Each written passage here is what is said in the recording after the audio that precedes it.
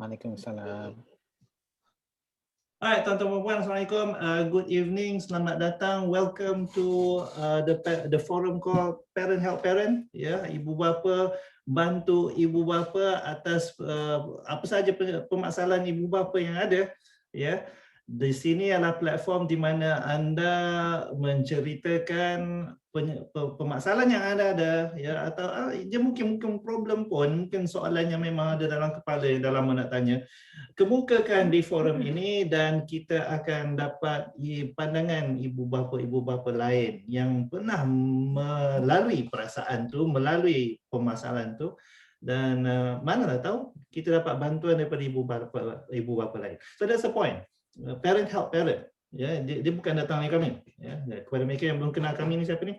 Saya Rizal, ni isteri saya Rohaya, ya, atau panggil ayah. And the reason kita cannot come too close is because I'm big and they cannot fit the screen. Yeah, I'm working on it, inshallah. Alright, so we're gonna let Rohaya go through the rules kejap. Yeah, a few things that you need to always remember bila kita masuk dalam forum-forum macam ni. It has to be structured, it has to be in control supaya everybody benefits. Yeah, so yeah. Okay. Bismillahirrahmanirrahim. Okay. Rules dia senang saja. Kita kat sini akan ada parents yang akan bagi satu isu berkenaan dengan topik malam ni. Lepas tu parent-parent yang lain boleh mula bagi solusi. Bagi dalam bentuk solusi, maksudnya kita tak nak analyse problem tu. Macam kita tak tanya dia umur berapa, kita tak tanya benda ni selalu ke berlaku dan sebagainya. So just terus bagi solution. Okay, mungkinlah solution yang kita bagi tu mungkin ibu atau bapa tadi dah pernah cuba pun sebenarnya.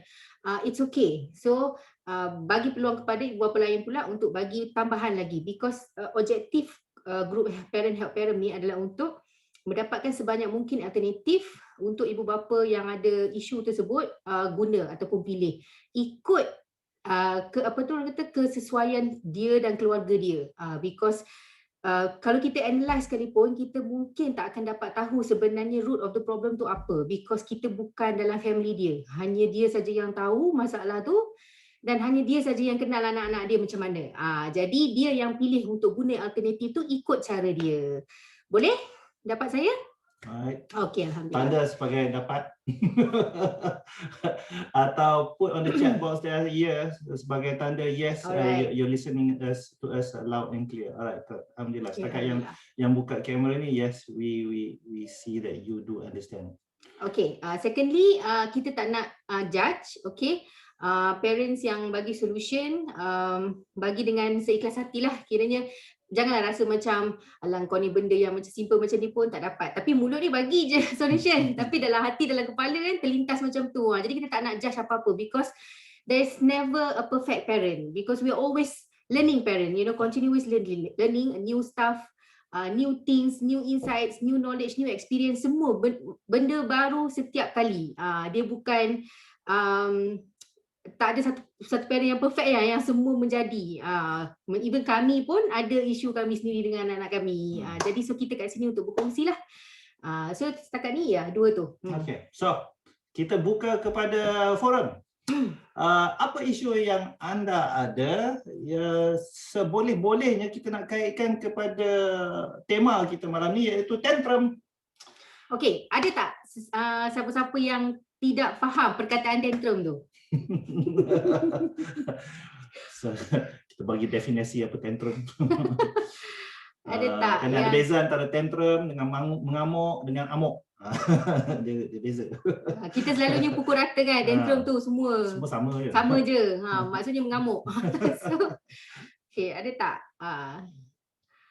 Okay, mungkin satu parent boleh kongsi ke apa yang anda faham maksud tantrum tu? What do you understand by tantrum?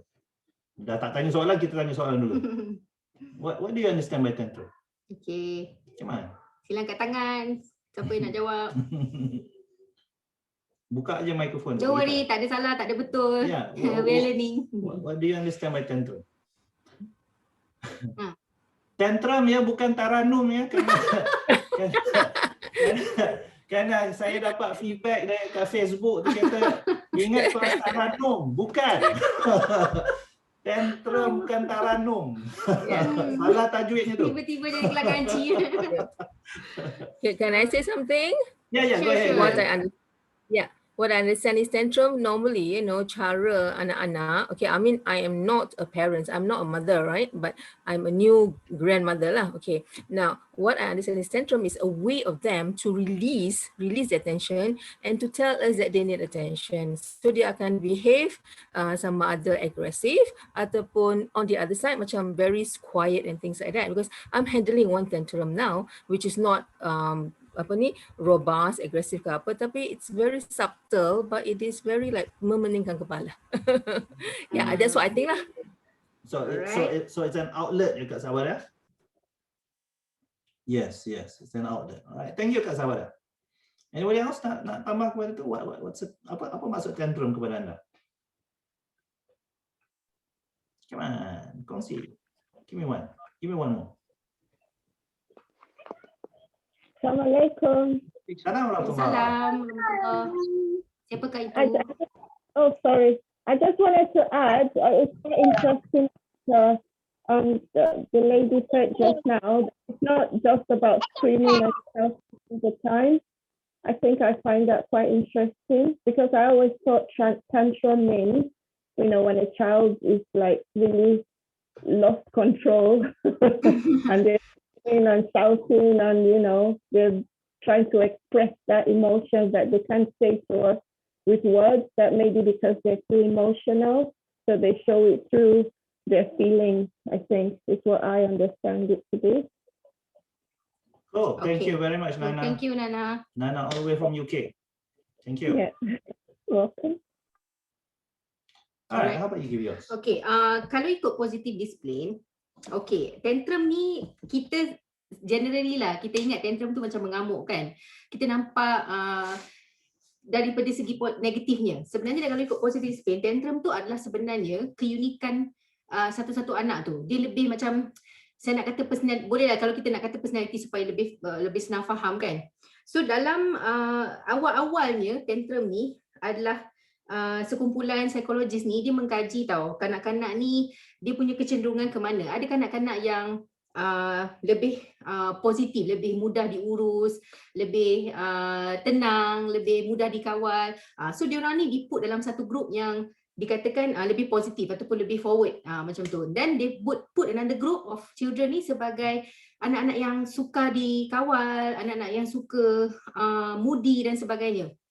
And then from that group datang lagi psikologis yang baru yang kemudian lah orang-orang yang kemudian diorang ni further detailkan lagi sebenarnya grup anak-anak ni. So daripada tadi dia antara positif dengan negatif, dia terus pecahkan lagi. Jadi anak ni ada anak yang mudah didekati, ada anak yang susah didekati, ada anak yang mudah adapt pada sesuatu keadaan yang baru, ada anak yang susah nak adapt, ada anak yang dia asan, maksudnya jenis ceria saja, dia tak ada fikir masalah, dia happy saja all the time, senyum dan sebagainya, bila bangun pagi pun happy, good morning everybody. Dan ada anak yang jenis moon sikit, macam contohnya macam Sun dengan moon ni saya bagi takrif lah supaya kita lebih senang faham lah, kira maksudnya dia antara moody dengan tak moody lah kiranya. So ada anak yang kalau moon ni macam bangun muka dah moody, tak nak, jangan tegur lah, kalau kita start tegur sekejap lagi kan dia dah terus muncul, terus menangis, terus merajuk dan macam-macam. So ada kids yang macam tu. So dia ada 9 semuanya keunikan anak-anak ni lah ataupun dipanggil tantrum. Tapi saya dalam program saya, workshop saya tak suka guna perkataan tantrum tu sebab macam tu lah kita generally rasa macam tantrum tu sebenarnya benda yang negatif. Tapi sebenarnya tak, tantrum ni sebenarnya dia keunikan anak tu apa dia. Adakah dia jenis mudah adapt atau adakah dia jenis yang approachable, dia lebih kalau pergi dalam satu situasi kan, dia tak kisah untuk buat kawan, dia senang, kalau nak buat kawan, pergi sekolah baru ke apa kan, dalam masa seminggu dia dah boleh buat kawan tau. Ada anak yang dia lambat sikit, dia take time, kadang dalam 6-7 bulan tak boleh buat kawan lagi, she's on her own, so itu sebenarnya tak ada benda yang salah sebenarnya, sebab itu memang keunikan dia, personality dia memang macam tu. So yang tu, tantrum dia macam tu, so kita nak kena tahu benda tu supaya kita lebih mudah nak uruslah kelakuan dia. Jadi itulah sebenarnya kalau tantrum ikut positive discipline lah. Okay. So, tuan-tuan perempuan, kita dah get this definition out ya. Tantrum tak semestinya benda yang negatif. Yeah. So, apa permasalahan atau persoalan tuan-tuan perempuan yang berkenaan dengan anak-anak yang ada tantrum? What questions do you have? Kemukakan di forum sekarang and kita tengok kita boleh bantu ke dia tak? Siapa nak mula? Come on. What issues of tantrum that you have with your children that you like to address? Ya, apa masalah tantrum anak-anak yang anda nak kami bantu? Kami dari segi forum ni bantu. Silakan.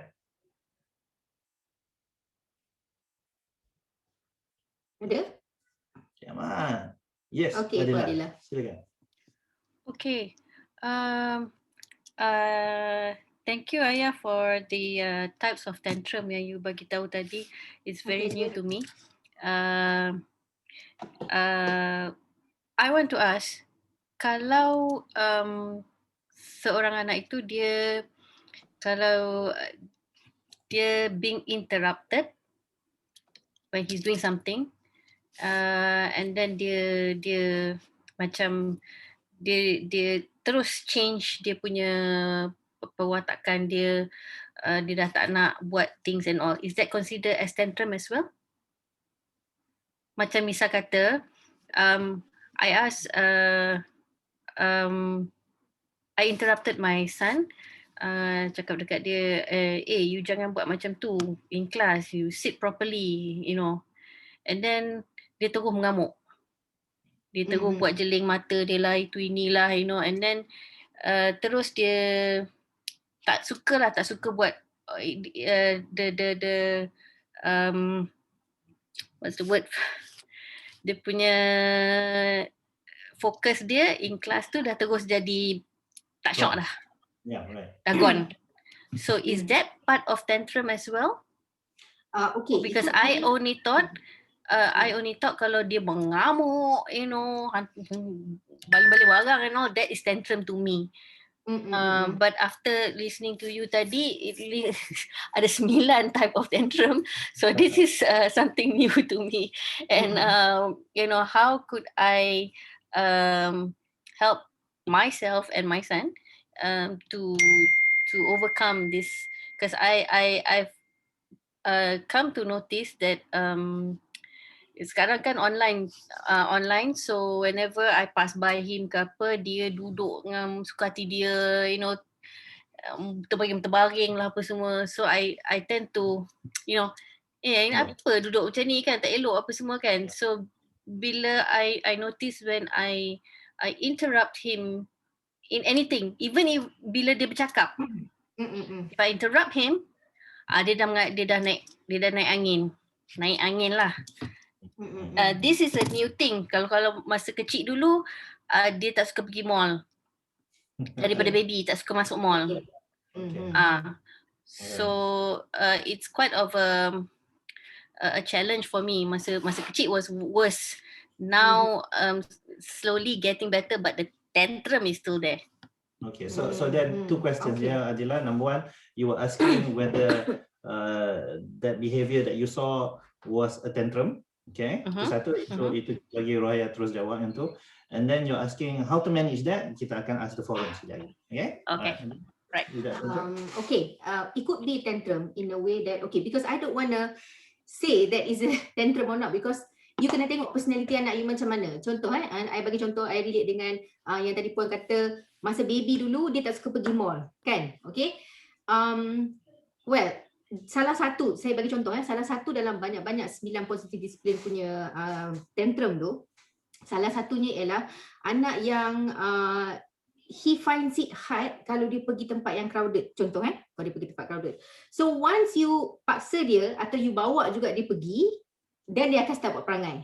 So apa benda yang berlawanan dengan benda yang fitrah dia, macam contohnya personality dia, memang dia akan mengamuk. So macam kes yang kes Puan Adila tadi, anak dah besar sikit, now cerita tak boleh interrupt. Okay. So kalaulah benda ni berlaku all the time, bukan hanya daripada segi bila dia belajar online saja, at other times also, you suka interrupt, then dia akan mengamuk, then it could be, maksudnya dia tak, benda tu bukan jiwa je, dia tak sukalah diganggu, maksudnya dia tak suka interrupted. Yes, it could be tantrum, yes. Ada something, maksudnya mungkin itu satu daripada segi tantrum. Daripada satu lagi segi juga, kalau kita tengok dia punya daripada segi NLP sekalipun, benda tu bukan cara dia. Contohnya cara dia proses maklumat tu, dia tak suka diganggu bila dia sedang bercakap, contohnya bila dia sedang mendengar, bila dia sedang belajar online. So kan kita ada kalau Puan aware, certain people different cara dia punya learning preference tu. Pada masa dia belajar online tu, dia tak suka orang bising, because pada masa tu dia memang auditori dia 100% dia open, auditori. So bila you ganggu proses tu, dia akan macam memang dia tak suka lah.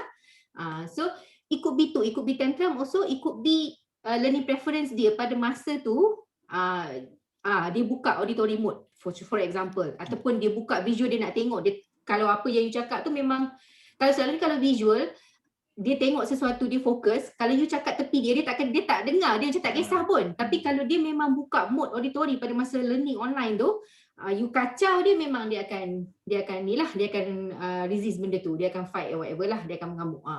Sebab dia punya channel pada masa tu yang dia open is auditory. So it could be two tu. Okay. Kita buka kepada forum. Thank you. Welcome. Puan Nadila nak minta bantuan tuan-tuan perempuan dalam forum ni, how to manage anak yang you know, dia tegur waktu dia tengah belajar. Puan Nadila tegur, and waktu dia kena tegur tu lah dia tunjuk muka mungkin, ya, Puan Nadila. Dia punya mood dah out lah nak belajar tu. So Rasa macam nak sepak mak dia kan. Okay. Dia ada angkat tangan ke, Adila? Dia tak angkat tangan, tapi dia punya jelingan dia dengan dia he has this thing, dia macam nak tunjuk lah macam harimau tau, dia tau. That reminds me. Okay, Puan Nadila, in tantrum kan, one of the tantrum yang 9 tu, salah satu dia adalah intensity of reaction tau. Intensity of reaction ni, it means that there are some children yang bila you you know, buat dia marah, dia boleh cool lagi tau, dia tak ada apa-apa expression, dia relax je. Ada children yang kalau you buat dia marah, kalau budak, for example budak kecil, dia menjerit satu taman boleh dengar. Kalau dia jeling, kalau memang itulah macam you cakap, dia nak bagi nampak macam dia rimau kan. So dia punya intensity tu sangat tinggi. Itu 3 years old and above. Dia boleh menangis berjam-jam dekat tengah-tengah mall pavilion tu. Cakaplah nak buat apa, dia takkan stop nangis. Tantrum lah tu. Tantrum daripada segi itu, intensity of reaction dia tu. Intensity of reaction. Alright, tuan-tuan perempuan di forum ni, sila bagi pendapat anda, cadangan anda. Macam mana nak membantu Puan Nadila ni? Dia nak tegur anak dia yang tengah study online. Kadang-kadang you know, tak duduk betul ke apa ke ni, dia tegur dan anak tu respond. So anybody? Silakan tuan-tuan perempuan forum. Ingat ya tuan-tuan perempuan, ini satu forum. Ini bukan Rizal dan Rohaya saja bercakap. Tak.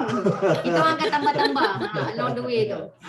Please, parents, kok ada yang pernah melalui benda ni? Kongsikan macam mana anda buat. Assalamualaikum. Waalaikumsalam warahmatullahi Assalamualaikum. Syawal. Okay, Syawal. Silakan. Saja share saja setakat yang saya belajar dan amallah sikit-sikit. Kadang-kadang terbabas juga. Ada baiknya bila kita nak tegur, ni yang saya belajar lah, ada baiknya bila kita nak tegur anak tu, dia jangan waktu situasi tu sedang berlaku. Dia ada baiknya sesudah berlaku, cari waktu-waktu yang bukan momen itulah.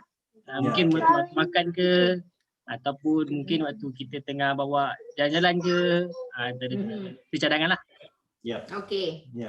Baik. Okay. Terima kasih. Kira komunikasi lah komunikasi selepas itu. Komunikasi selepas kejadian. Itu. Sembang lepas itu. Not at that moment of time. Terima kasih Syawal. Okey.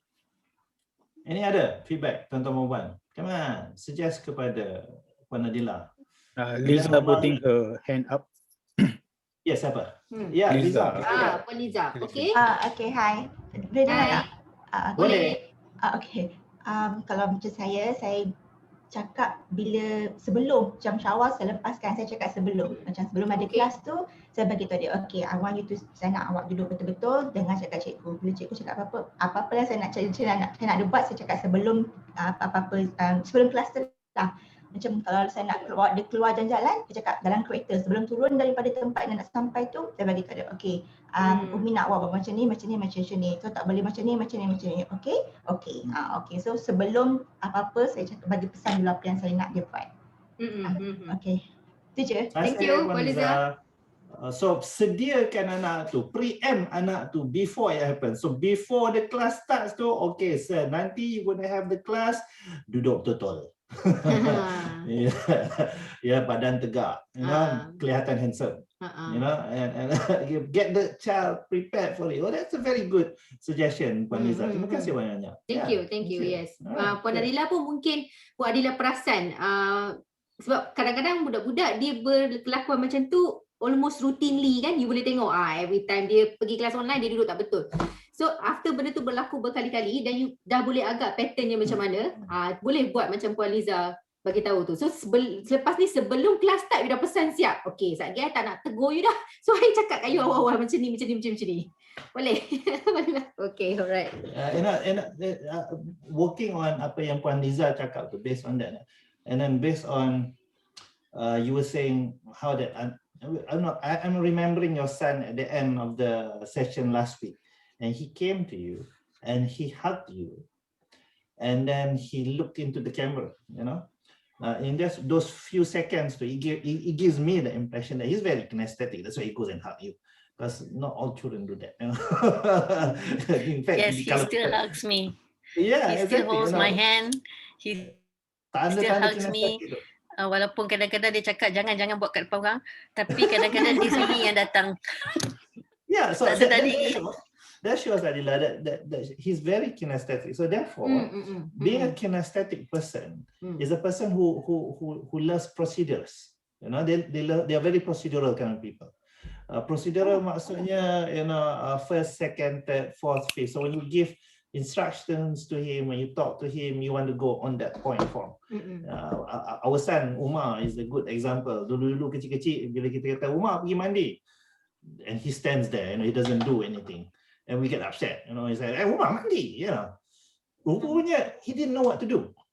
He needs the step. He needs the step. So we say, Umar, step 1, take towel. Step 2, buka baju, buka seluar. Step 3, go into the shower. Step 4, sabun, you know, like that. So on the very next day, when we say Umar pergi mandi, dia immediately step 1.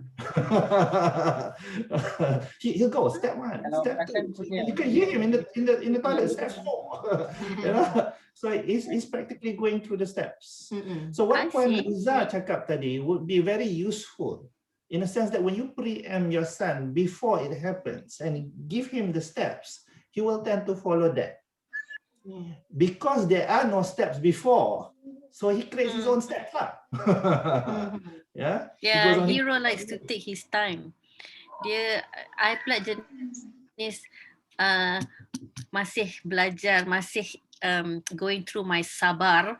So I notice bila you know, I cakap elok-elok, I kata, Hero, it's time already, you know. Go solat first, then you can play. Dia mulalah, you know, I don't want ini. Mandi pun sama. Hero, it's the same thing every day after main. Pergi mandi, tak mau, you know. The same repetition, you know. So it's memenatkan. It's very tiring. Yeah, it is. The thing is, those steps must come from him. Then he takes ownership of it. Because if you give him the steps, then this is Mama punya steps, not mine. Alright. And especially anak yang dah boleh negotiate sekarang ni kan, they're children, yeah. So you guide him towards the steps that you want, yeah. One day we'll have another session on conversation with kids, you know, how to ask the questions so it goes back to the things that you want. Itu language punya part tu. That's a totally different session satu hari nanti. We will have that. Language punya part. Yeah. Lain tuan-tuan puan, any more suggestions that you want to give to Puan Adila? We have Azrul and Kak. Okay, Azrul dulu. Azrul dulu. Okay. Assalamualaikum. Salam. your issue sounded very familiar lah. I think I'm not the only one, kan? Yeah, in my case, basically ada 5 orang, ranging from 18 years old sampai 3 tahun tau. Everything in between. So memang everyone have their own way to handle it. Okay, but just now apa kata Liza dah sebut regards to predetermined ni. This is so I can so relate to my eldest. My eldest is 18 years old. Haris is special needs. Mild apa kata dyslexic with Asperger syndrome. Dia memang you kena setkan pada awal. Okay, 7.30 you kena ni, 8.30 this is your time. And we start that masa dia umur about 9-10 tahun, and he's now 18 and he's so used to it. And I agree with you. Sampaikan tahap okay, esok kita nak balik rumah nenek, cakap dia.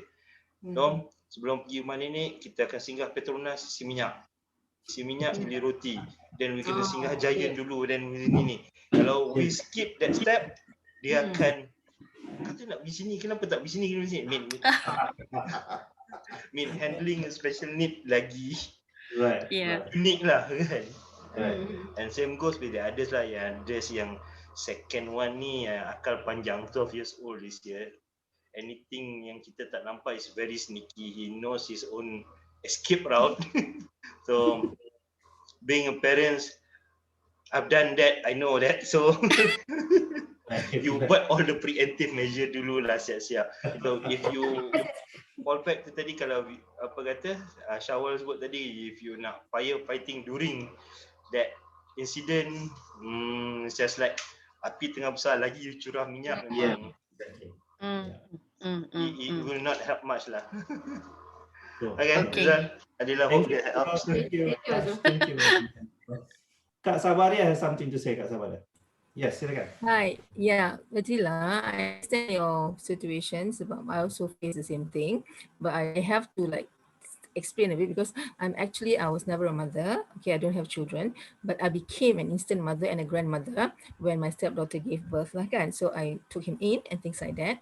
And what do you call that? So I always compliments and then say good things, like what I want him to do. So I say, like I said, Adib, your room is so nice. Did you clean it? And then like the room is actually not very nice, but he ended up cleaning it because like I put it into head what it should be like.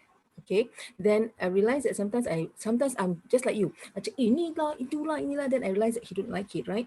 Because like nobody likes when people tell us what to do and things like that. So I reversed it. Always says that, and I will say like, when you were smaller, I like it when, before you go to the tahfiz, when you want to get up from dinner table, you always say, excuse me and things like that, but you don't do that anymore. But I like that time when you do that. So I relate kan the last time what he was, he was good, and then I found that he's coming back to me because he was away for about 2 years, dekat tahfiz, so he's back, and then it's like relearning again. So it's learning for me and also for him. That's my sharing, Adila. Yes. That's Thank all. you. Yeah. Thank you very much, Kak Sabaria. Thank you very much. Yep.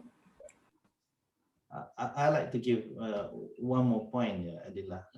Yes. Let's say at that very moment lah, anak tu tengah, I demonstrate dengan Raya, boleh? Okay. Raya? Dia korek nose? Oh, my nose. Okay, so let's say he tengah korek hidung on screen, okay? So instead of saying, Raya, you're korek hidung on screen, instead of doing that, you just go next to him and you go like that, and so you're still telling what to do, but you're not screaming your head off. You're not doing it in the most upsetting way for him and upsetting way for you, but you still get it done. Yeah, you do it because he being kinesthetic. Touching him is not an issue for him. So go ahead, just hold his hand and get him to sit down properly. Push his back up a bit, and massage shoulders sambil tu, you still can get your message across without you being so upset. Without him being responding because you're upset, and still get things done. So to me, I always say there are many ways to do something. Ya, banyak cara kita nak buat sesuatu benda. Ya, this is that that's why we come to this forum. Nak dapat pelbagai cara lagi lah. Boleh Adila, you have so many suggestions coming to you. Yeah, some of people are responding to you on chat, so you can check that out. Are they helpful to you, Adila? Yes, all this. Yes. Alhamdulillah. Can we move on to some other people now? Puan Zahra tadi ada angkat. Siapa? Puan Zahra tadi dia ada raise hand. Not sure. Sila masuk je. Okay. Then baru siapa tadi? Syazwan. Okay. Silakan. Puan Zahra. Puan Zahra. Okay. Mana dia? Puan Zahra, anda masih bersama dengan kami? Puan Zahra. Yes. Ada ke? Belum lagi. Okay, belum lagi. Syazwan, you want to say something? Yes. Assalamualaikum. Good evening, Adila. We have similarity in the sense that my eldest pun tahun ni 10 tahun. also a boy lah, a son. So in that sense sama lah. Pernah juga berlaku yang the issue yang you raised up ni pernah juga lah berlaku between us, myself dengan my wife, and also dengan our son lah. Alright, so this thing I learned from a friend of mine yang sama kerja. Cuma dari segi praktis, kadang-kadang I buat, kadang-kadang I tak buat. Tapi ada masanya I buat tu I rasa efektif lah. Okay, what I did, I seek permission. Contohnya, katakan anak kita tak suka di-interrupt masa dia tengah belajar online kan. Okay, kita just grab the attention sekejap. Can I say something? Itu je, just tanya tu dulu.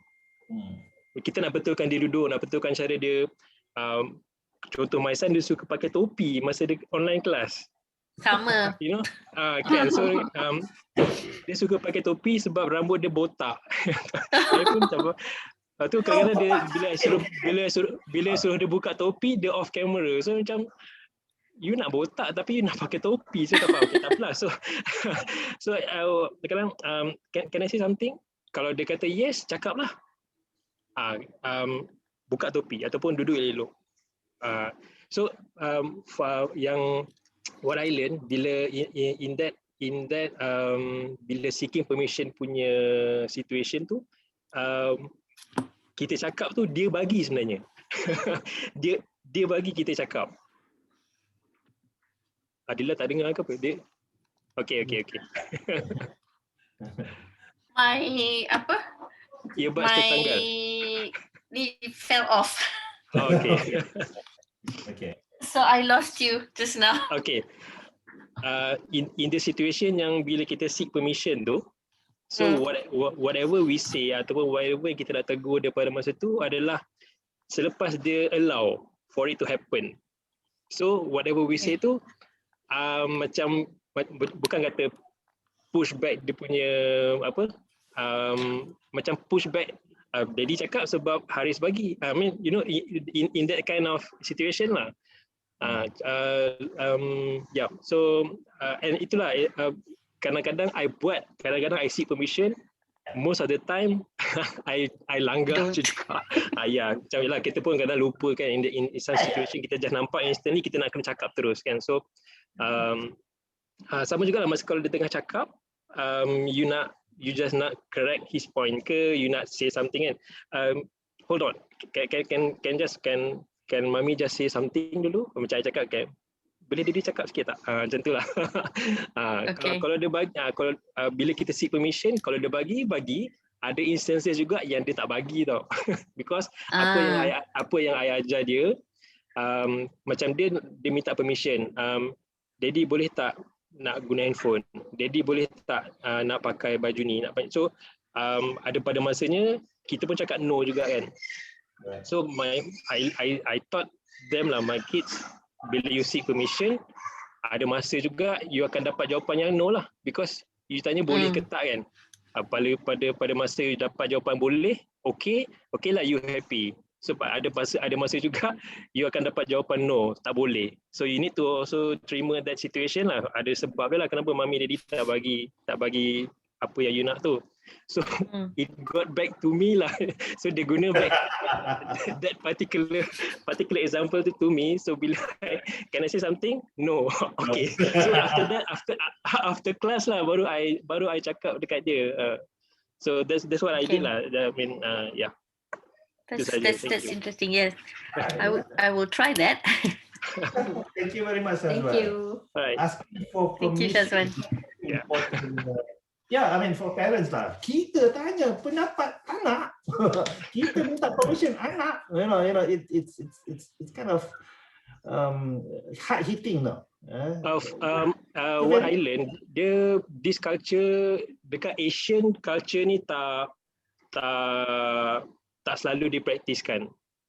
Macam Asian culture, macam contohnya power distance tinggi. So very seldom masa kecil-kecil kita diajar untuk, kita tak question kita punya parents. Right. Kita tak question cikgu kita. Right. So bila budaya ni dah bawa ke tempat kerja, kita tak question bos kita just kata okay bos, aku buat, okay fine, okay. Macam itulah. So that culture, our upbringing macam tu. So our culture, maka kita punya power distance punya reading tinggi. In fact, the highest in the world. So so that actually the practice of macam seeking kids punya permission, bagi our children raise, bagi diorang pendapat, minta diorang punya pendapat sendiri, dia tak selalu dipraktiskan lah dalam Asian punya family, not only Malaysian, dalam Asian punya families. So yeah, so it's something macam against the culture, tapi I think in the long run dia ada benefit dia lah. I mean, if it works, kan? Why not? Betul. Yeah. Betul, Shazwan. Thank you very much, Shazwan. Alright, thanks. Alright, Adila, you have a lot of feedback lah. Yeah, last week pun I have a lot of feedback. Thank you. Alright, so Adila, we're going to open the forum sekarang kepada tuan-tuan perempuan yang lain yang ada isu-isu. Thank you, Adila. Yes, please. That's what happened when you ask. So please. Yeah. Ask question. Assalamualaikum warahmatullahi. Siapa di sana? Mari saya lagi sekali, Syawal. Ya, Syawal. Ya, silakan Syawal. Saya ada 2 soalan. Okey.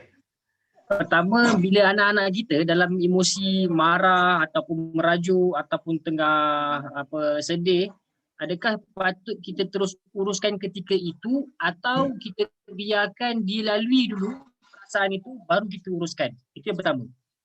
Lepas tu yang kedua, untuk kanak-kanak yang usia 6 tahun ke bawah ni, macam mana kita nak kenal pasti dia ni orang kuat,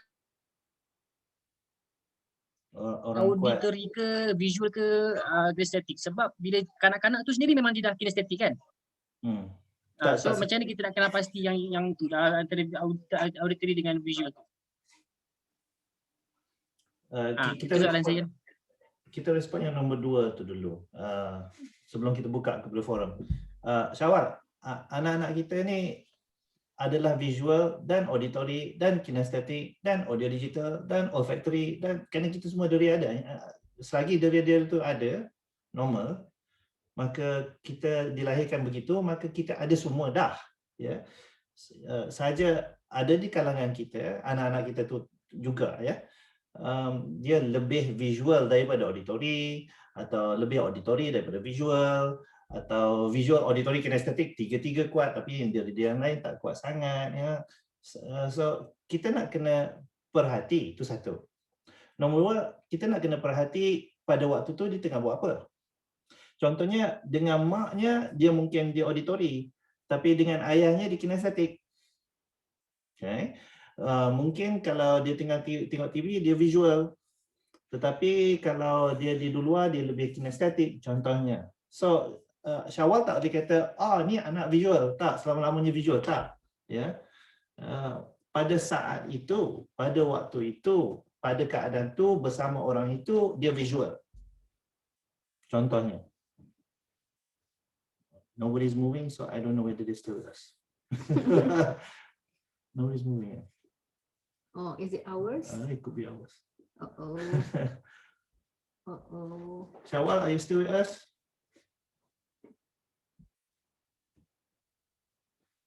Putus kah? No, it's still there. Yes. Yes. I can hear you, but everybody else not moving. all right. It must be the internet. Minta maaf. We have this internet surge pula. All right, So you see everyone is not moving, but they can hear me. Okay, yours. Okay, everyone's back moving. Okay, Tuan Muhammad, you still there? Yes, okay, cool. Internet. Risau kan tiba-tiba semua orang freeze. Alright, cool. So, Syawal dapat kan that point? Okay. Right, so saya menjawab soalan nombor 2 terus untuk yang tu. Balik kepada soalan yang pertama tadi tu, adakah nak diurus anak-anak yang emosi tengah memuncak, sama ada marah ke, sedih ke, stres ke apa? Okey. Adakah nak diurus pada waktu masa itu tu, atau pada waktu yang lain? Okey. Alright, silakan tuan-tuan puan respon kepada Syawal.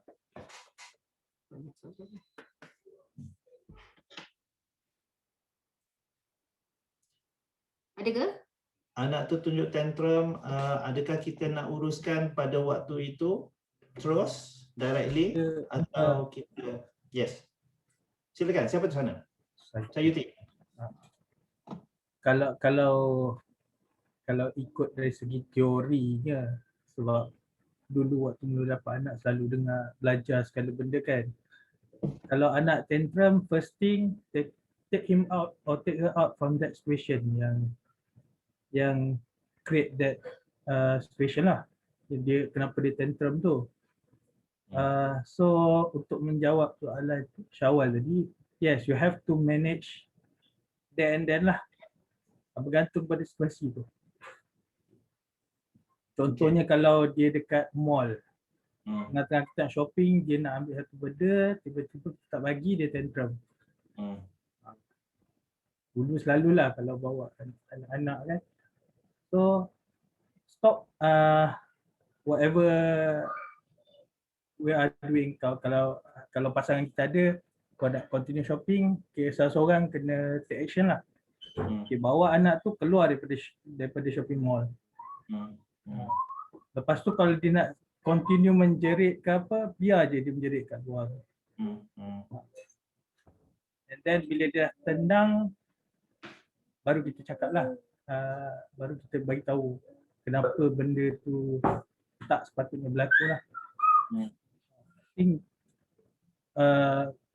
banyak kali dah terjadi. Mula-mula waktu tak tahu, waktu bising tu memang kita marah, dia pun marah, makin kuat dalam angkat keluar balik, tak boleh apa kan.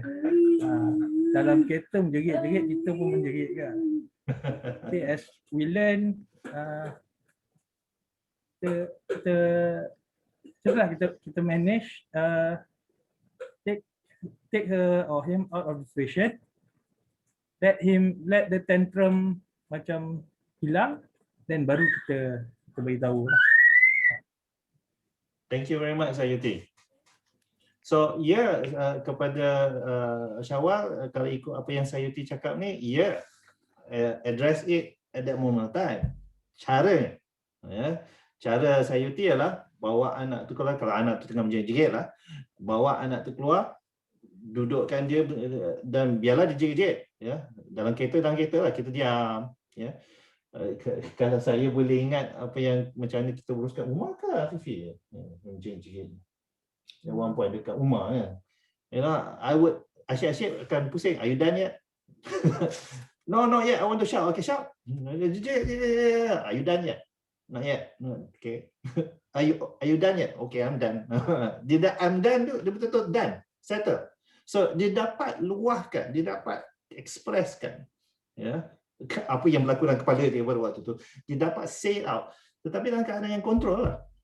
Kontrol dari segi kita bawa dia ke suatu tempat, dudukkan dia, baik kat dalam kereta ke, baik kat luar mall tu ke, kalau contoh luar mall lah kan, dan let them express. And then kita duduk ke tepi dia, No, Jangan tinggal anak tu jangan seorang-seorang tinggalkan kat dia. luar. Jangan kuncikan dia dalam kereta, you duduk kat luar kereta. Tak. You duduk dengan dia. Kita sebagai ayah ibu profesional, muka profesional je. Orang lalang kata, dia tengah tantrum ni. And then sekejap-sekejap pusingkan anak tu, are you done yet? No, I'm not. Okay, carry on. So saya sangat-sangat pernah buat benda tu lah, apa yang Sayuti cakap. Thank you Sayuti, terima kasih. Adila, yes. Yeah, Shazwan and Sayuti, I also went through that dengan Hero. Waktu dia kecil, dalam umur 2-3 tahun, dia memang menangis bagai tak boleh nak cakap lah, sampai semua orang tengok, semua orang cari. I have to put my hand up and say, itu anak saya, dia tengah menangis. Tapi bila dah besar ni, dia dah 10 tahun ni, sometimes we have a talk and dia sendiri cakap. Dia kata, just let me be. Just let me be. Let me be and let me, biarkan dia sendiri. And when I'm done, I'm okay. Which he did. So yeah, that works actually.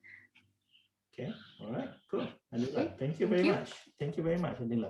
Kita tengok siapa ni? Payah Comel jawab. Piah. Payah Comel kita sebut. I mean, just handle it as it is. Then terpaksa ignore. Habis meeting, baru settle dengan dia. So there are some things that you respond immediately. There are some things, Syawal, kita nak delay kan, that response. Ceritanya dalam kita delay tu, jangan kita sendiri duk emosi. Kita delay, kita kata, tak apa, jaga engkau, aku habis je meeting, aku jaga. Itu delay, tapi you yang build up emosi. Tak. Okay. So, either you respond terus, atau you respond kemudian, kita nak kena uruskan diri kita dulu. Barulah kita dapat menguruskan orang itu, anak tu. Kalau diri kita tak terurus, diri kita yang berdendam, diri kita yang ni, mungkin dia akan menambah pada tu. Boleh, Syawal? Boleh. Terima kasih Tuan Syariti. Terima kasih Sifu Kak Ayah. Sama. Itu satu poin yang penting tu Syawal, yang tu. Poin yang 4, ibu bapa kena profesional tadi macam Sifu cakap kan. Maksudnya kat sini you kena remain neutral. Sebagai ibu atau ayah, you kena remain neutral. Kalau you choose untuk settle time tu juga, pada waktu konflik tu berlaku, you kena maintain neutral. Jangan dia marah, you pun marah. Jangan dia menangis, you pun rasa macam lagi nak buat apa-apa kat dia, suruh dia diam ke apa kan. Benda tu akan escalate jadi benda lain yang lagi serius. Lagi susah nak tenangkan dia. Jadi ni kena neutral je, relax je. Okay. Boleh? Okay.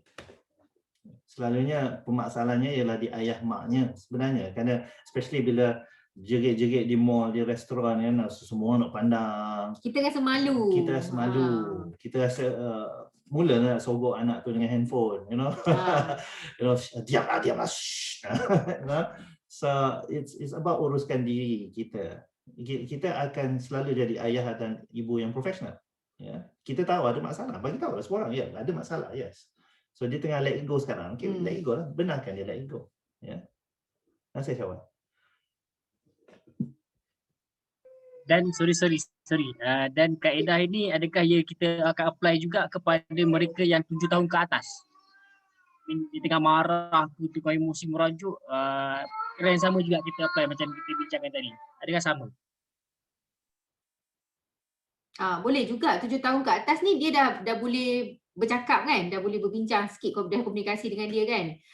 Boleh, cumanya kat situ bagusnya language, dia dah boleh berkomunikasi. Jadi bila dia komunikasi, cakap dengan dia, okay sekarang ni abang tengah marah. Okay, that's the first thing. You acknowledge dulu perasaan dia ketika tu. Okay, abang nampak you marah. Okay, nanti bila sekarang ni abang akan tunggu bila abang dah tenang, nanti kita sembang pasal benda ni. Bagi dia keluarkan dulu emosi dia tu. So you acknowledge dulu feelings dia. Nanti bila dia dah tenang, abang ada kat sini untuk you. You cerita untuk dekat abang macam mana. So you macam bagi satu security dekat dia, kata okay, I can let go of my emotions. At the same time, bila I'm done, you're still there, you still love me, you don't abandon me.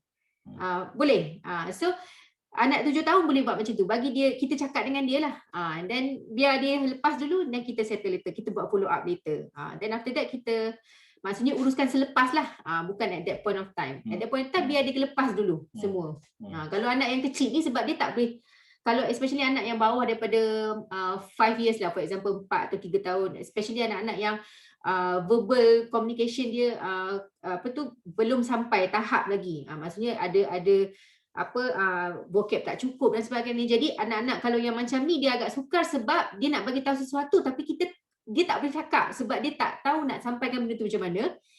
Jadi kes-kes yang macam ni boleh try macam cara yang saya bagi tahu tadi, kita terus handle at that point of time sebab kita tak tahu kan dia nak apa sebenarnya. Tiba-tiba mengamuk. Itu anak-anak yang untuk bawah yang kecil-kecil ni lah. So kalau yang besar ni dia boleh berkomunikasi, dia boleh bercakap, kita tahu sikit lah, kita boleh sembang dengan dia lah kemudian. Kalau anak-anak yang there and then tu, kecil-kecil ni, kita tak tahu apa yang tiba-tiba je kan out of the blue, yang tu insyaAllah sesuai. Mungkin juga sesuai untuk budak-budak yang besar, ikut parents yang pernah melalui lah. Tapi bagi Kak Ayah, pandangan Kak Ayah macam tu lah. Yang dah boleh berkomunikasi ni, let it out first, then you settle kemudian. Okay. Boleh Syawal? And then ni sebab dia dah terlintas datang sekali kan. Kadang-kadang kita lihat ada parents yang bila anak-anak dia yang mana boleh berkomunikasi, so bila anak tu nak marah dia terus halang. Jadi benda tu dia ada kesan negatif tak pada anak? Anak jadi pendendam ke sebab dia tak dapat nak luahkan dia punya perasaan kan. Jadi, sebab tu pentingnya kita let anak-anak ni dia ada channel tau untuk dia lepaskan emosi dia. Tak kisahlah daripada segi verbal ke atau daripada segi dia, kalau dia kena statik dia nak kena buat sesuatu, hentam sesuatu, pukul sesuatu. Sebab kadang-kadang kalau kita tengok kes budak-budak yang pukul dan sebagainya, sebab kan kadang-kadang benda tu dia pendam, dia tak dapat keluarkan emosi dia, jadi dia hati dia sakit tau sebab dia adalah rasa dia disakiti ke macam mana kan. Jadi bila dia berdendam, dia nak lepaskan, dia akan lepaskan kat orang lain. Sebab nak buat mak ayah tak boleh. Jadi dia cari adik dia ke atau pets ke dan sebagainya. So benda-benda macam ni. So kalau emosi ni, kalau kita macam kita lah orang dewasa sekarang pun, kalau kita nak cakap sesuatu, kita nak keluarkan pendapat, tiba-tiba orang cakap, alah diam Melayu. So kita rasa macam mana? Macam tu juga anak. Same thing. So tu nak kena tengok yang tu lah part tu. Kalau kita tahan, yes, ada kemungkinan dia meletup kemudian, dan meletup kemudian tu mungkin jadi lebih besar, benda tu jadi lebih berbahaya kepada orang sekeliling ke, dia sampai ke tahap tu. So kita tak nak sampai ke tahap tu. Satu benda yang kita boleh bantu dia untuk lepaskan emosi ialah tak bermakna kita biarkan lepas emosi tu, maksudnya biar dia lepas, dia nak pukul siapa-siapa, tak. Maksudnya kalau ataupun macam dia nak, bila dia bercakap tu, dia marah tu, dia nak mencarut benda yang bukan macam tu. Maksudnya kita kena letak satu kontrol lah, framework kat situ. Contohnya kalau you marah, you jangan pukul orang. Maksudnya this is the thing yang you can do. You list down, bagi kat dia. Contohnya macam bagi stress ball kat dia ke, suruh picit ke, ataupun menjerit dekat bantal ke, masuk bilik menjerit kat bantal, buat. So you bagi list of alternative kat dia. Macam kita sekarang ni ada alternatif kan, bagi kat dia alternatif juga. Maksudnya apa yang dia boleh buat. So maksudnya dalam rumah ni kita tak boleh accept you pukul orang lain, ataupun you pukul pets ke apa, tak boleh. But we can accept if you do this 1, 2, 3, 4, 5, you bagi alternatif. Bagi alternatif. Bila you marah, you nak lukis ke, gambar orang tu macam apa ke, clown ke, tak apa, lukis tak apa, warna tak apa, but you cannot hit, because that is the house punya rules. That's one thing. Kita kena make it clear lah to our child. Boleh Syawal? Boleh. Terima kasih banyak Ibu dan Kak Ayah. Terima kasih. Let's address some of these issues. Okay, kita ada soalan daripada ramai ni. Okay, ada Puan yang ni. Ya, yang nak masuk sekolah. Right. Yeah. That's one from Abby. Abby, Sabira, and then Rizmi. Soalan Puan Abby. Tuan ataupun Redmi dengan Huawei. Okay. Alright, never mind. So kita baca je soalan tu. Okay, Puan Abby tanya. Nampak semua nampak kan? Okay, so nampak kan soalan-soalan tu. Okay, so tantrum, anak mengamuk, lepas tu berjerit dan sebagainya, fizikal, pukul sesiapa saja apabila tantrum, apa yang perlu dibuat untuk tenangkan dia. Okey, soalan ni lebih kurang dia punya angle tu lebih kurang juga dengan soalan yang Huawei Y9 ni. Okey, anak saya 4 tahun start tantrum bila pergi kelas. Naik kereta menangis, nampak pagar kelas lagi teruk. So macam mana nak buat? Okey. Alright. Okey, baik. So soalan 2 tu saya combine. Soalan soalan Puan Piah ni ini kita dah address tadi sebenarnya bila kita answer tu. Bila ibu sedang work from home dan meeting anak-anak menjerit-jerit, so ibu tak boleh handle there and then, jadi terpaksa ignore. So cara Puan Piah ni dia ignore dulu, lepas tu bila habis meeting budak-budak dia settle sendiri. Okay, so soalan Puan Piah ialah kalau benda tu continue happen macam everyday, ada tak negative impact? Okay, saya punya respon, okay, one thing for sure is something works here. Maksudnya bila Puan Piah biar dia orang tahu, because budak-budak ni sometimes bila dia act out, misalnya dia orang act out tu maksudnya buat behavior, berkelakuan apa-apa lah, maksudnya dia try to find ataupun fulfill something yang dia perlukan, attention ke, atau dia nak bagi tahu sesuatu ke, atau dia nak tunjuk kata dia capable tapi kita duk rasa kita don't trust dia punya capability ke. So macam-macam benda yang dia nak tunjuk, dia nak tarik perhatian dan sebagainya. So bila macam Puan Piah dalam kes ni, disebabkan dia tak boleh nak handle that and then dia biarkan, because of dia ignore tu, then the kids mula find out sendiri. Alah, mama ni kalau aku mengamuk macam mana pun dia tak akan buat apa-apa. Dia akan ignore. Tak payahlah, buat penat je. So dia orang akan resort sendiri cari benda yang dia orang nak buat lah, kira dia orang tak kacau dah mak ni. So in one way benda tu works. Soalan dia ialah ada tak negative impact? Okay, Puan Piah, selagi dia orang after that is okay, tak ada ni dia orang macam after that pergi garis kereta you dengan you know, pergi lukis ke you punya kereta ke, atau buat you marah tak pasal-pasal ke apa, then you it's nothing lah sebenarnya. Dia tak adalah menyimpan ke apa-apa, dia tak ada negative impact apa-apa. One thing good is they learn that ibu ni kalau dia kata dia ignore lah, macam tu. So dia tak adalah, insyaAllah saya rasa tak ada negative impact ni kat situ. Melainkan kalau tiba-tiba dia berubah behavior, then you nak kena check balik. Ada benda yang tak kena, apa benda yang dia nak sampaikan tapi tak sampai pada you tak acknowledge that one. Yang tu you nak kena check. Kalau ada perubahan apa-apa yang ni lah, significant and obvious. At the same time, that doesn't stop you untuk have a meeting dengan the kids. Yes. At other times, still sembang, still tanya, still preempt dia kata esok mama pun ada meeting lagi. So esok ini tata cara kita. Dalam meeting tu nanti masuk aja pukul 9 mama meeting, nak gaduh boleh gaduh tanpa suara. Contoh. Memang so preempt anak. So preempt maksudnya kita buat preparation mind anak tu dulu. Kita bagi tahu dia apa yang dia boleh expect, apa yang akan berlaku. Maksudnya mama start kerja pukul 9 sampai pukul 10 ni memang mama akan ada meeting, mama tak akan tak boleh nak attend to you guys. So contohnya. And at the same time kena ada follow up juga. Kalau macam Puan benda tu berlaku routinely, so after that buat juga family meeting untuk follow up. Follow up daripada segi apa? Okay, I'm sorry that bila I ada meeting I tak boleh nak pay attention to you guys. So in this meeting, okay, come tell me one by one. Apa benda you nak bagi tahu kat ibu? Contoh, apa benda yang gaduh-gaduh ke apa benda tadi ke, what actually happened. That is the time to solve. So untuk preemptive the next day cakap, okay, remember tak semalam lepas mama meeting kita ada buat follow up, kita ada buat family meeting kan. So the same thing is going to happen tomorrow.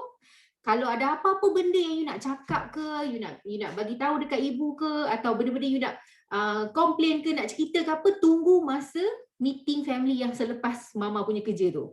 So you in a way dia ada preemptive dan juga dia ada follow up selepas tu. Supaya kita kalau biar anak-anak tu jangan terbiar terus. Macam tu you tak ada follow up apa, memang dia akan rasa ni lah, nanti dia tak nak cerita dah lah. Kalau ada benda-benda nanti dia tak adalah interested nak bagi tahu ke, contohnya.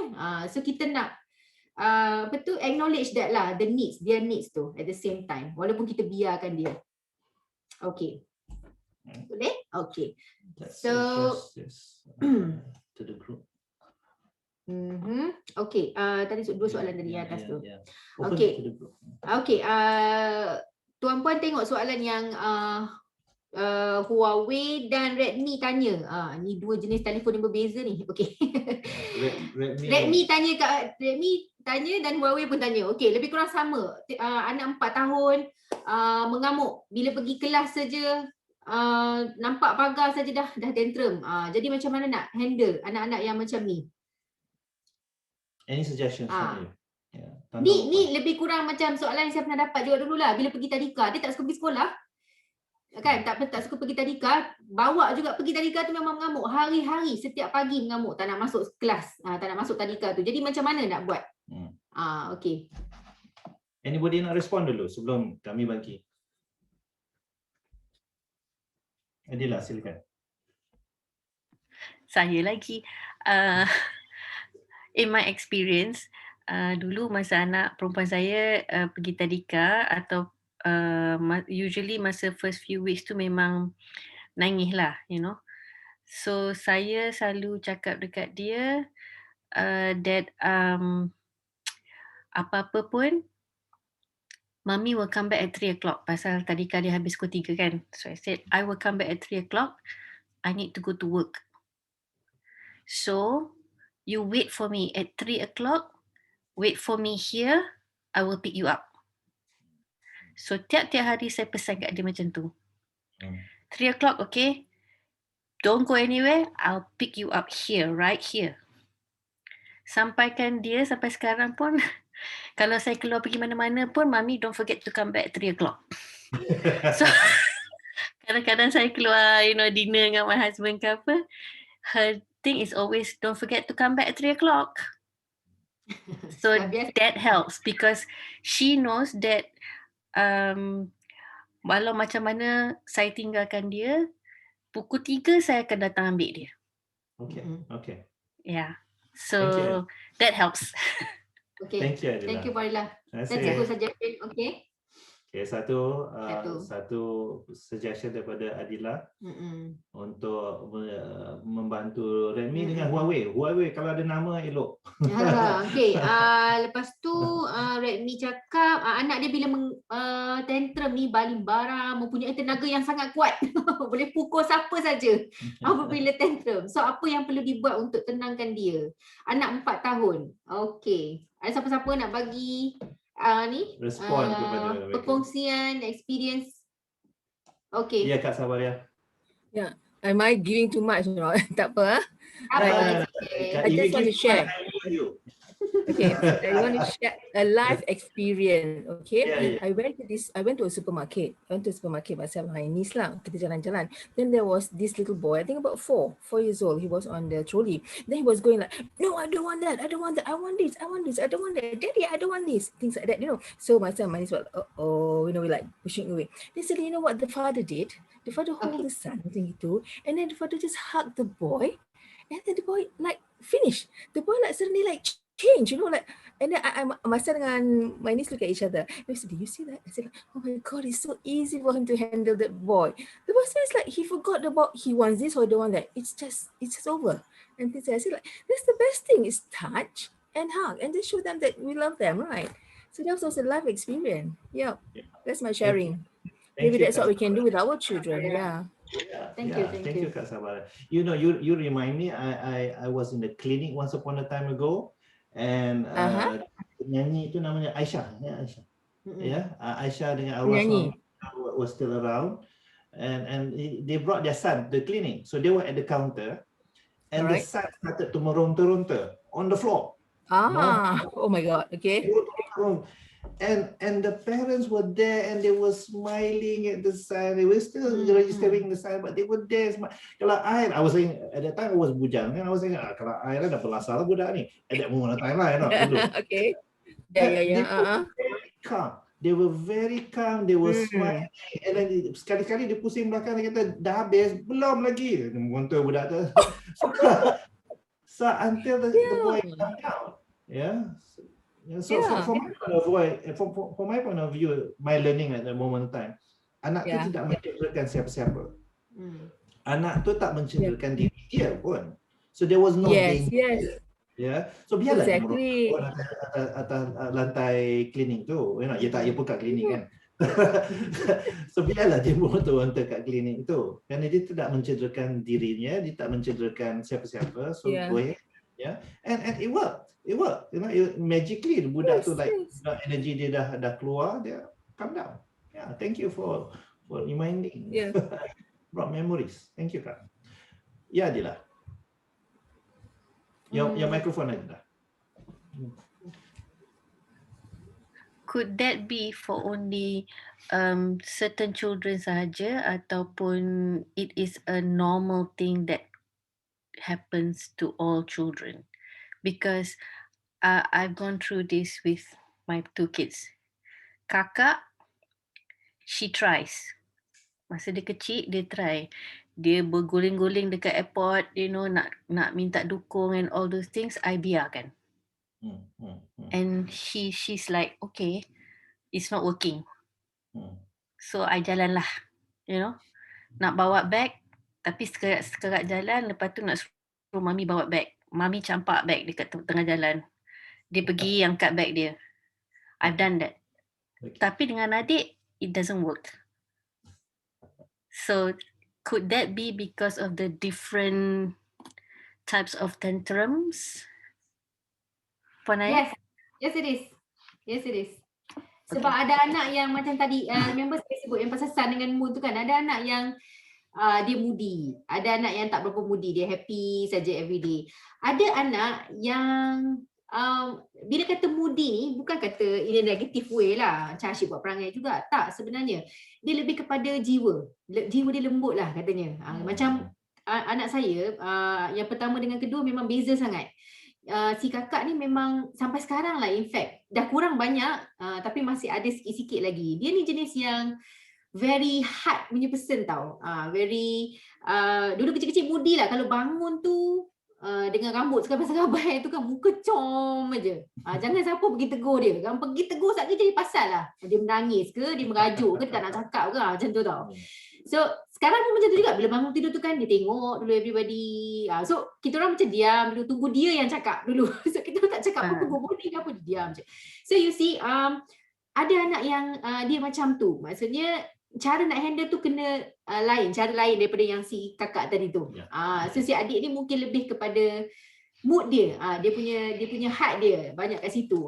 Maksudnya kita nak settlekan dia tu kena cara yang ke hati sikit. Contoh ada cara yang lembut sikit, tak boleh cara yang kasar-kasar macam kakak. Macam saya macam kalau Umar tu memang cara yang kasar macam kinestetik yang follow dia punya kinestetik tu memang okey lah, dia terima lah. Tapi kalau kita jenis cakap-cakap pujuk-pujuk ke apa, macam banyak bercakap ataupun banyak show dia hand gesture ke apa ke, sabar ke apa, tak jalan. Dia kena hug, dia kena pegang, sebab dia kena setik kan, kena pegang, then they calm down.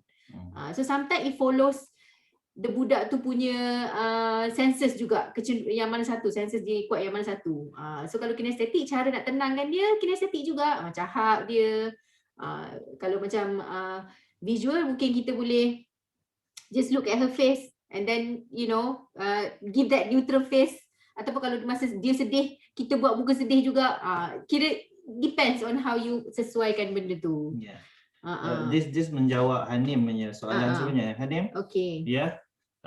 You categorize your children into sun and moon, Hanim. Sun and moon. Sun and moon. Rohaya likes to, she came up with that lah, moon are the people yang wake up to, they're moody, they take their time to warm up, they don't smile first, so you don't talk. Hi, moon. Whereas the sun, the sun person is, wake up, dia greet everybody, hi everybody, good morning, selamat pagi, and like that. So when you categorize them sun and moon, and then you know how to deal with them. Some people need some time to warm up. Yang macam hati tisu tu, they don't like people face to face with them. Dia more side talk, slow talk. So, kalau nak hug pun bukan hug depan, dia hug side punya. Ini nak tambah. Tapi dia hug depan. Oh ya.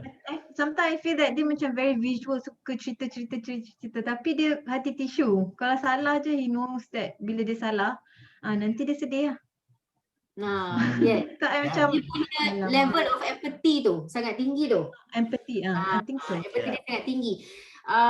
One thing lah, kalau budak-budak yang macam mudah-mudi, saya guna Sun dengan Moon sebab kalau ikut positive discipline 9 tantrum tu salah satunya ialah dia istilahkan sebagai mood sebenarnya, reaction of mood lah dia. Okay, so banyak orang bila sebut mood tu dia orang suka kaitkan negatively. Kalau budak-budak yang moody ni memang mengada-ngada, so parents suka letak that kesimpulan dan mengada-ngada lah budak-budak yang moody ni, tapi sebenarnya tak tau. Sebab keistimewaan dia orang ialah bila dia orang besar, macam anak saya yang sulung tu, kecil-kecil memang macam tu lah, hati tisu gitulah. Sampai sekarang pun hati tisu juga sebenarnya. But one thing for sure kan, dia adalah yang paling caring dalam rumah. Yes. Honestly, saya ya Allah, saya rasa blessed sangat sebab dia ni macam bila kita tak sihat ke apa kan, dia boleh sense tau benda tu, dia akan datang, dia akan extra caring, dia akan okay, you nak I tolong buat apa Abang hari macam ni? tu, abang saya. Kan dia akan jaga, you nak tolong I tolong buat apa hari ni, tak apa, you just rest saja. Dia datang picit-picit, very empathy tau, sangat. So itu sebenarnya dia punya kekuatan. Walaupun masa kecil kita rasa benda tu macam susah bagi kita, alah budak ni susah sebab sikit-sikit terasa, tapi sebenarnya bila besar benda terasa tu dah jadi kekuatan dia.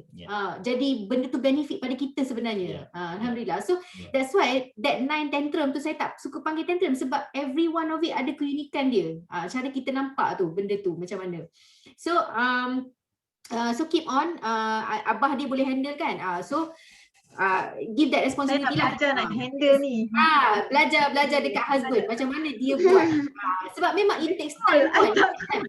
Sebab apa, dalam masa yang kita duk belajar pasal anak-anak punya personality dan sebagainya kan, kita kadang-kadang terlupa. Kita nak sangat manage diorang punya behavior, tapi sebenarnya kita kena sedar juga kita ni orang macam mana.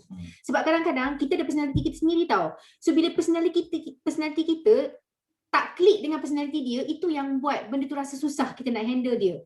Sebab kita pun nak kena belajar diri kita, personality kita semua macam mana. Sebab kalau ikut positive spin, ibu bapa ni pun ada dia punya kategori-kategori dia. Ada yang helang, ada yang lion, ada yang turtle, dia ada macam-macam.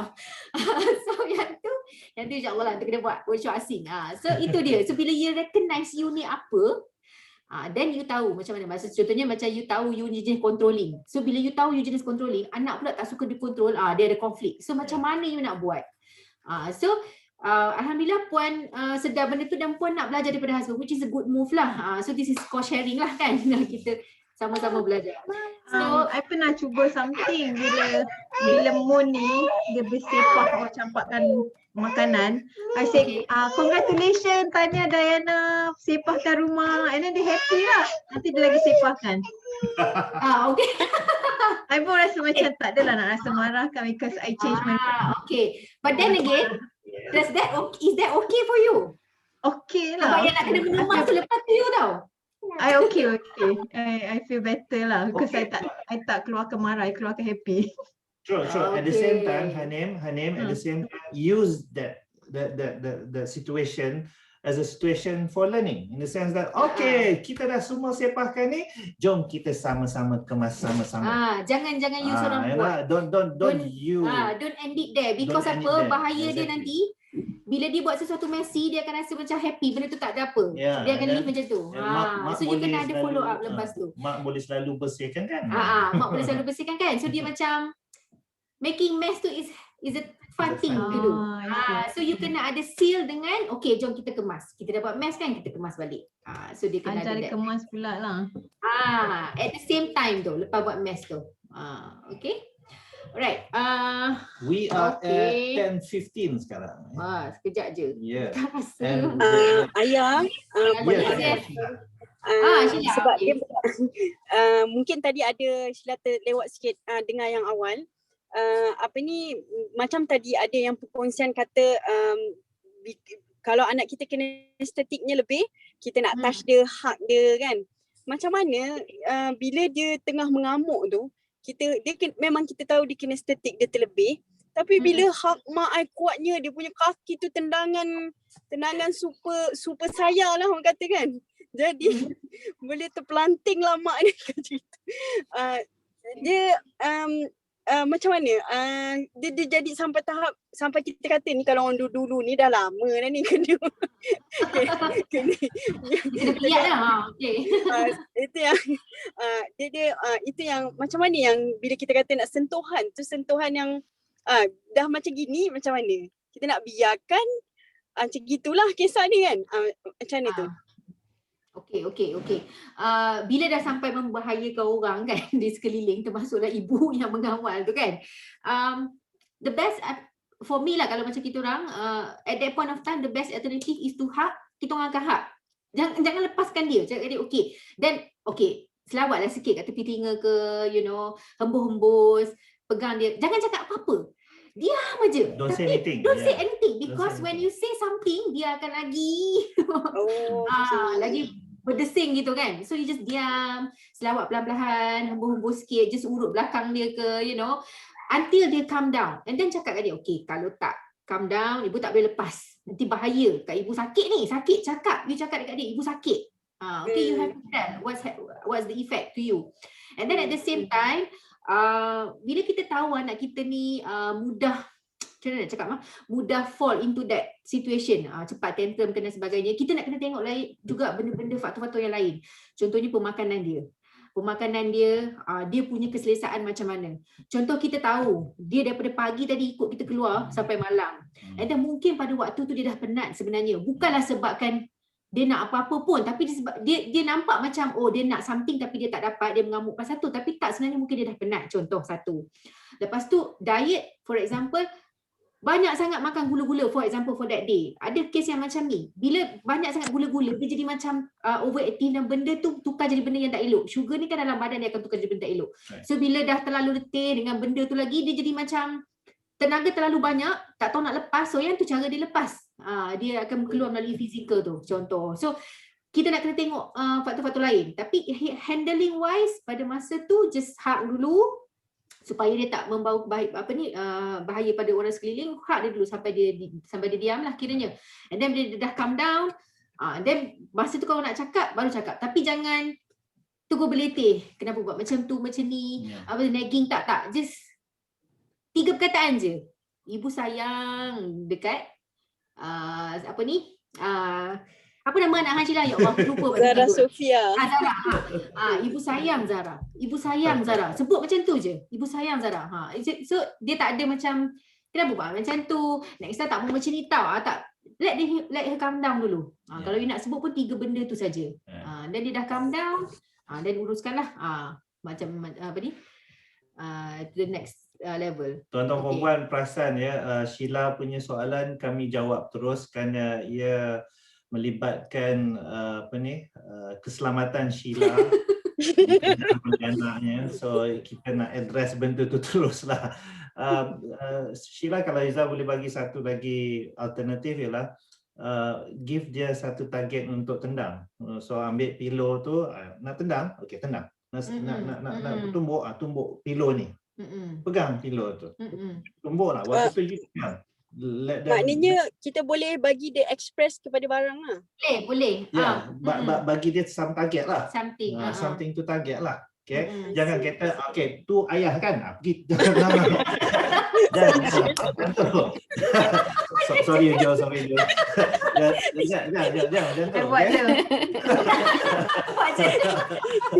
Pegang pillow.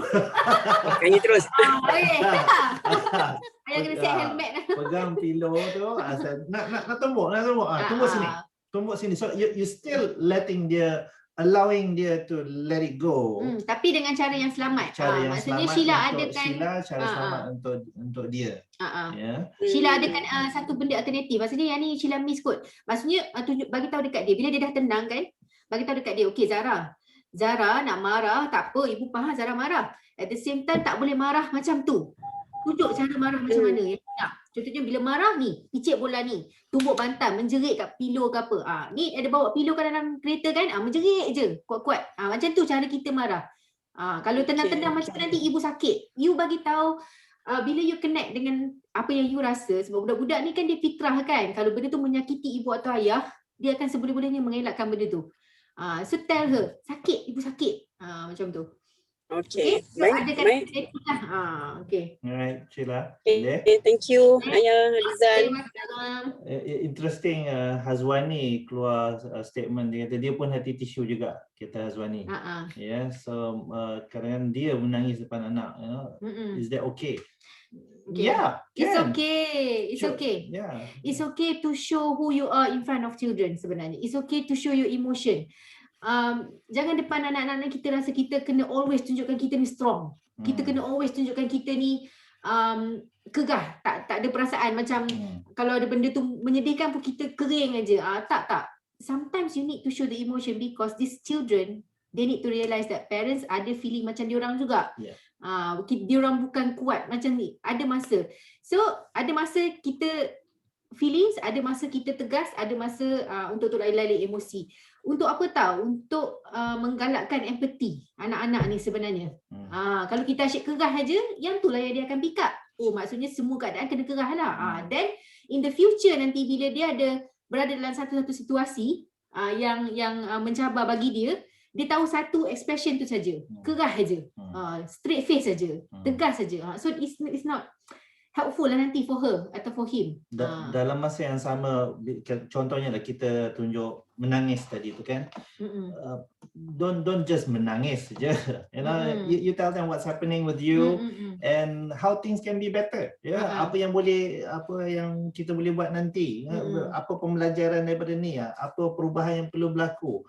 Don't just let go your emotion, but and you tell, okay, mama tengah marah kerana kau.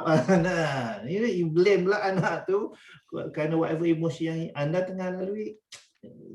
That's not good. Yeah. So you want to say, mama is feeling like this. Mama is very sad because of what happened. What happened, not because of anak tu. What happened? Okay. So what we're going to do about it? Discuss. Yeah. Well, I think one day we should just do what, you know, how to do a family meeting. Yeah. Boleh. Okey, Puan Azwani saya tambah lagi satu. Bila marah kan, bila Puan marah, lepas tu diorang akan minta maaf. Okey, bila Puan marah, tahan maksimum sampai termenangis macam tu kan.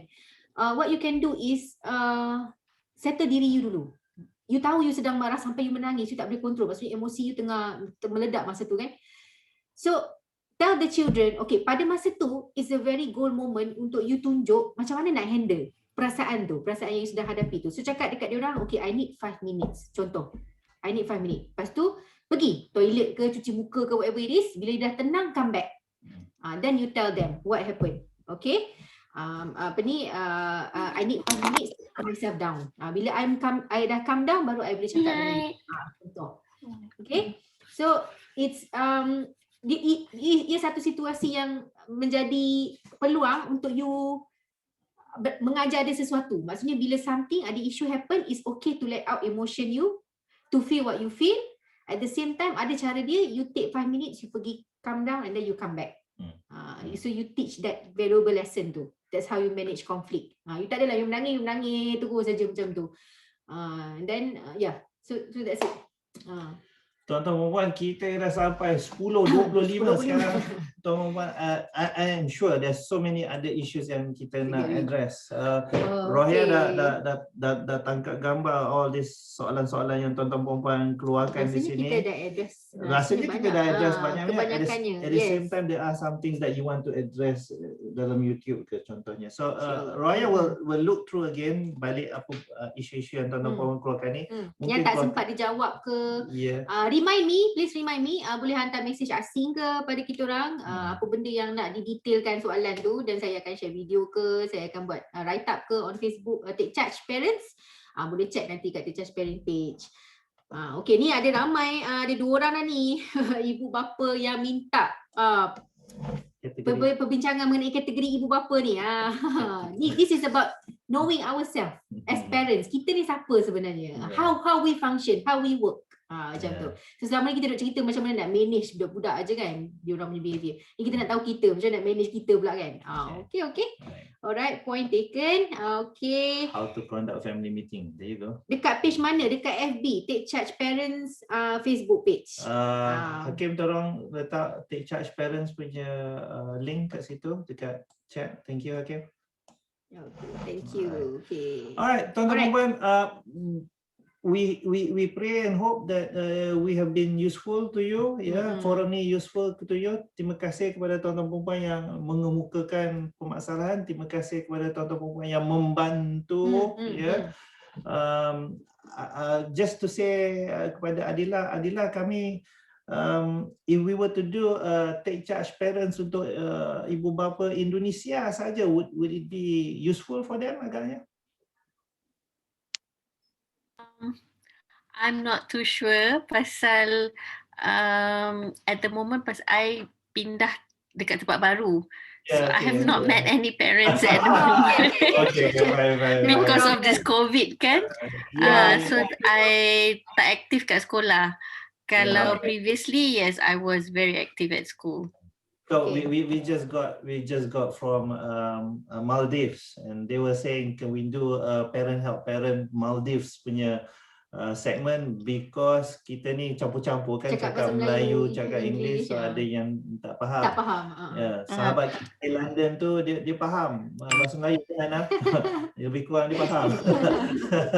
So we would. But kalau ada, I will let you know. Alright, cool, thank you. Alright, so tuan-tuan perempuan, kita jumpa lagi hari Ahad depan. Yes, saya dapat. Saya wrap up. You wrap up a bit, yeah? Okay, so saya just wrap up saja solutions yang tuan-puan kongsi pada hari ini untuk topik tantrum. Ni secara general lah ya, semua solution dibagi. So nombor 1, tegur di luar waktu kejadian. Maksudnya tegur ataupun handle selepas waktu kejadian, bukan pada masa kejadian tantrum tu. Dan ada juga yang suggest sebelum settle tantrum tu sebelum ianya terjadi, dengan cara bagi instructions, prepare the mind first, what to expect, all the process and procedures, what semua kat list down lah dekat anak siap-siap. And then say good things, praise dia. This is to help with the self-esteem. So when dia ada self-esteem yang tinggi, it helps him to calm down. Lepas tu relate to experience dulu di mana dia ni behave well. Macam contohnya pada masa tu dia tantrum untuk keadaan A, tapi dulu dia pernah lalui keadaan A dengan lebih tenang. So relate balik to that experience. Okay.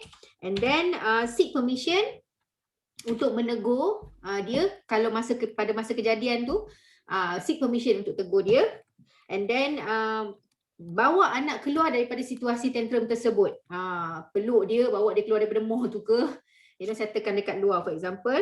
Lepas tu physical touch, hug dia, belai dia, tenangkan dia dengan cara yang macam tu.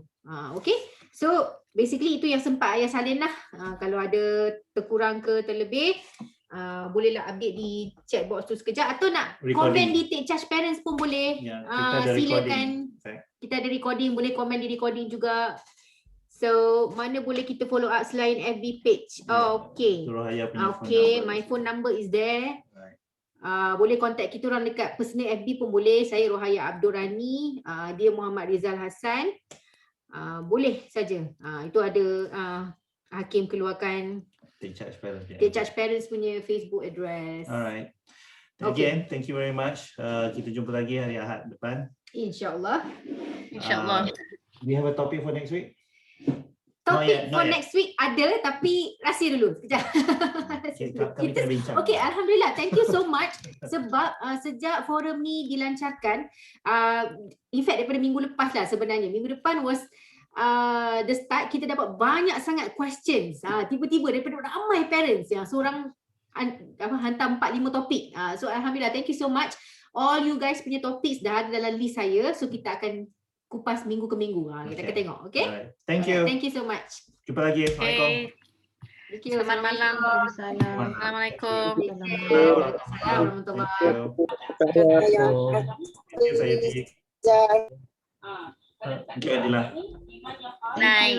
YouTube video tu untuk gelak-gelak aja. Terima kasih Hafiz.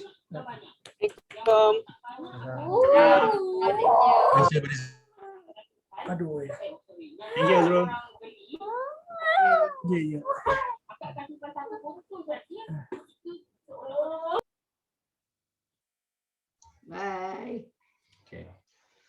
50 plus every minggu, every week, not bad.